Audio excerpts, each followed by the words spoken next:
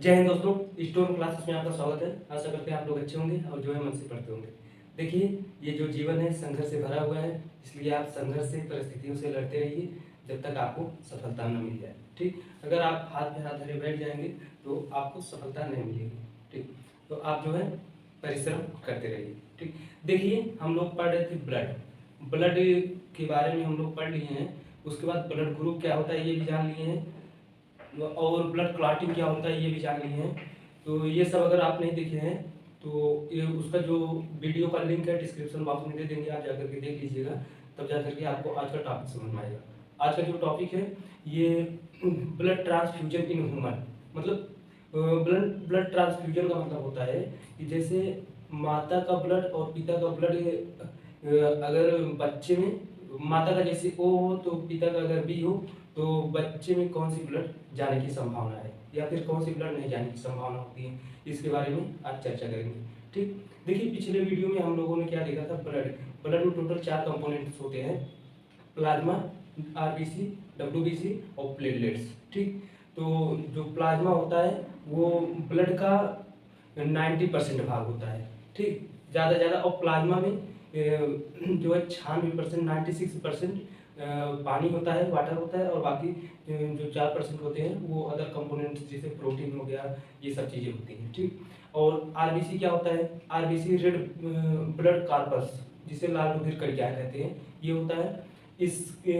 इसमें एक प्रोटीन पाया जाता है जिसे हीमोग्लोबिन प्रोटीन कहते हैं। वो ऑक्सीजन की कैपेसिटी, मतलब कितना ऑक्सीजन के सेल को जरूरत है ये डिसाइड करता है और वहां तक ऑक्सीजन पहुंचाता है। ठीक, उसका काम होता है कैरी ऑक्सीजन, मतलब ऑक्सीजन को लाना। ठीक, और carbon dioxide out, carbon dioxide मतलब ऑक्सीजन, कार्बन डाइऑक्साइड को बाहर निकालना।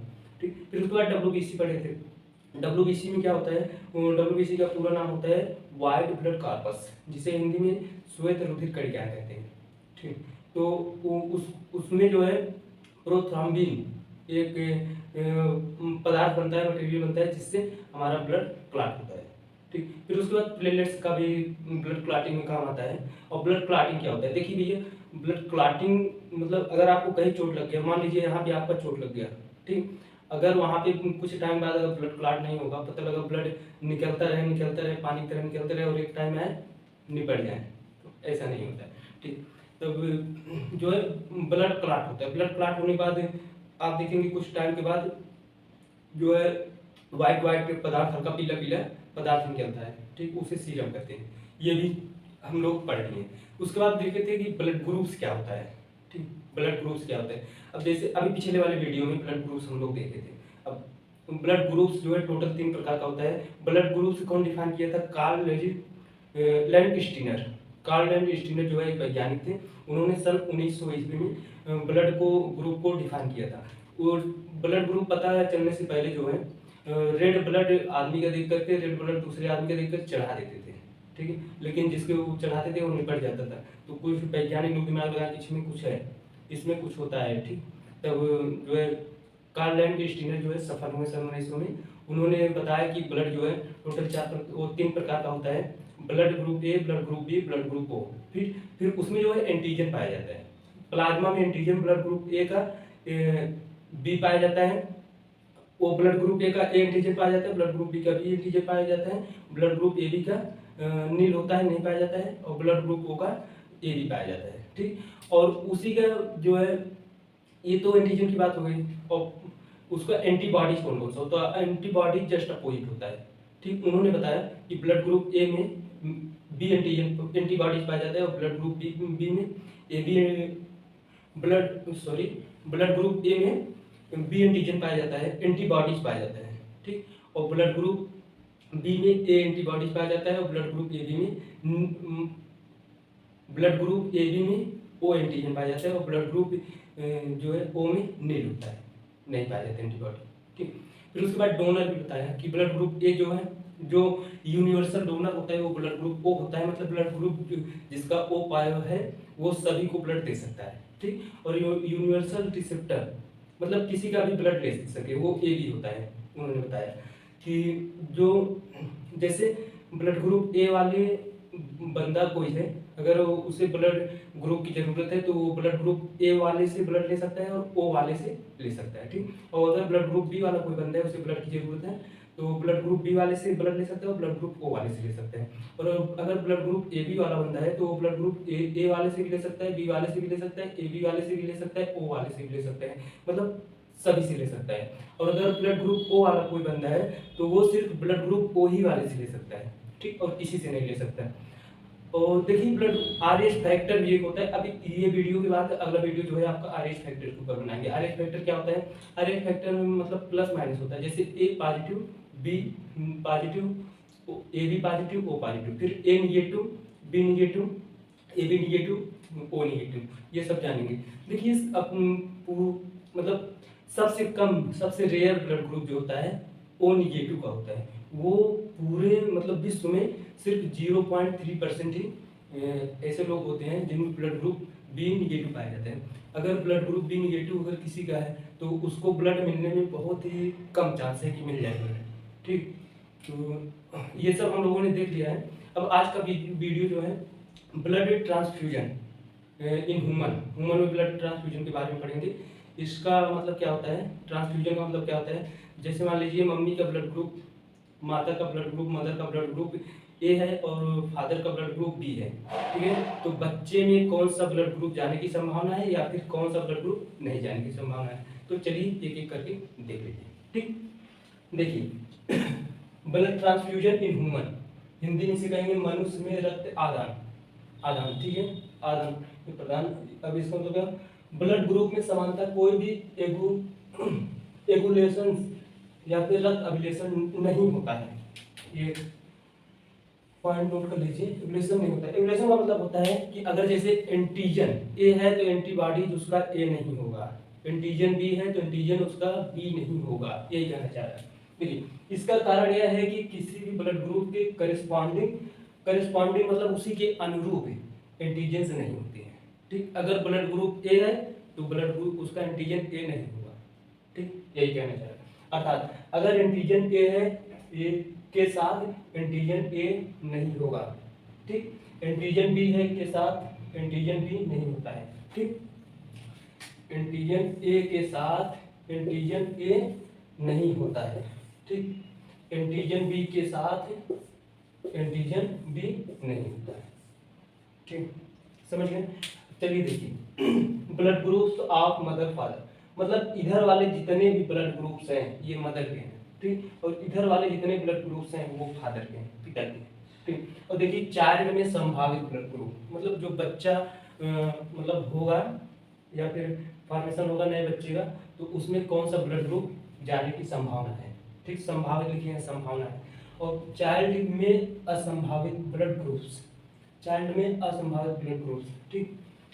देखिए ब्लड ग्रुप्स मदर फादर, इधर वाला जितना है ये मदर का है, इधर वाला ये जितना है फादर का है, ठीक। और संभावित बच्चों में ब्लड ग्रुप्स ये है कि संभावित, यहाँ पे हाईलाइट कर दे रहे हैं, ये संभावित, ठीक, और ये असंभावित, मतलब बच्चों में ये ब्लड ग्रुप्स नहीं जा सकता है, जान की संभावना, ठीक। चलिए देखिए अगर मदर का ब्लड ग्रुप ओ है, ठीक, और फादर का भी ओ है, ठीक, तो बच्चे में कौन सा ब्लड ग्रुप जाने की संभावना है? ओ। और कौन सा ब्लड ग्रुप जाने की संभावना नहीं है? ए नहीं है, बी नहीं है, ए बी नहीं है, ठीक, ये सब ब्लड ग्रुप्स नहीं है। और देखिए अगर मदर का ब्लड ग्रुप ओ है और फादर का ब्लड ग्रुप ए है, ठीक, तो कौन सा ब्लड ग्रुप जाने की संभावना है? ओ और ए, ब्लड ग्रुप्स ओ और ब्लड ग्रुप्स ए जाने की संभावना है, ठीक। और ब्लड ग्रुप्स बी और ए बी नहीं जाने की संभावना है, ठीक। और अगर देखिए एक पॉइंट नोट कर रहे हैं, ब्लड ग्रुप मदर का ओ है और फादर का ओ है, कौन सा ब्लड ग्रुप जाएगा बेटा? ओ। और कौन सा नहीं जाएगा? ए बी, ए बी, भैया ओ को छोड़ दो, जितने ब्लड ग्रुप्स हैं सभी नहीं जाने की संभावना, ठीक। और अगर ब्लड ग्रुप मदर का ओ है और फादर का ए है तो कौन सा ब्लड ग्रुप जाएगा? ओ भी जा सकता है, ए भी जा सकता है, और उसके बाद जितने भी ब्लड ग्रुप्स बच रहे हैं वो नहीं जाएंगे, ए और बी नहीं जाएंगे, ठीक। और अगर मदर का ब्लड ग्रुप ओ है और फादर का ब्लड ग्रुप बी है तो कौन सा ब्लड ग्रुप जाने की संभावना है? ओ बी, ओ भी जाने की संभावना है, और जो है ए और बी नहीं जाने की संभावना है, ठीक। और अगर मदर का ब्लड ग्रुप ओ है और फादर का ब्लड ग्रुप बी है, ए बी है, ए बी, ठीक, मदर का ओ और फादर का ए बी, तो कौन सा ब्लड ग्रुप जाने की संभावना है? ए जाने की संभावना है, बी जाने की संभावना है, ठीक है। ओ और ए बी नहीं जाने की संभावना है, ठीक। और अगर मदर का ब्लड ग्रुप ए है, फादर का ब्लड ग्रुप भी ए है, तो कौन सा ब्लड ग्रुप जाने की संभावना है? ए और ओ जाने की संभावना है। और कौन सा नहीं जाएगा? बी और ए बी नहीं जाने की संभावना है, ठीक। देखिए अगर मदर का ब्लड ग्रुप ए है और फादर का ब्लड ग्रुप बी है, तो कौन सी जाने की संभावना है? 4 ब्लड ग्रुप जाने की संभावना है, ठीक। ए भी जाएगा, बी भी जाएगा, ओ भी जाएगा, ए बी भी जाने की संभावना है। और संभावना मतलब भैया जब भैया ए और बी है, अगर चारों जाने की संभावना है तो कोई भी एक ब्लड ग्रुप जाएगा ही बच्चे में ना, तो नील मतलब कोई भी नहीं ऐसा है कि नहीं जाएगा, ठीक। इसका मतलब इसीलिए हमने जो है इसे गोला बना दिया, देखिए, ठीक। देखिए अगर मदर का ब्लड ग्रुप ए है और फादर का ब्लड ग्रुप ए बी है, ठीक, मदर का ए फादर का ए बी, तो कौन सा ब्लड ग्रुप जाएगा? ए जाने की संभावना है, बी जाने की संभावना है, ए बी जाने की संभावना है। अब एक नहीं बच रहा है, ओ नहीं जाने की संभावना, ओ नहीं की संभावना है, ठीक। और अगर मदर का ब्लड ग्रुप बी है और फादर का भी बी है, ठीक, मदर का भी बी है, फादर का भी बी है, ठीक, तो कौन सा जाने की संभावना है? बी और ओ जाने की संभावना है। और ए और ए बी, ए और ए बी जाने की संभावना नहीं, ठीक, कन्फर्म है इतना। अब देखिए अगर मदर का ब्लड ग्रुप बी है और फादर का ए बी है, तो कौन सा जाने की संभावना है? ए बी जाने की संभावना है, ओ नहीं जाने की संभावना है, ठीक। और अगर मदर का ए बी है और फादर का ए बी है, मदर का भी ए बी है, फादर का भी ए बी है, तो कौन सा ब्लड ग्रुप जाएगा? ए भी जा सकता है, बी भी जा सकता है, ए बी भी जा सकता है, ठीक, ओ नहीं जा सकता है, ठीक।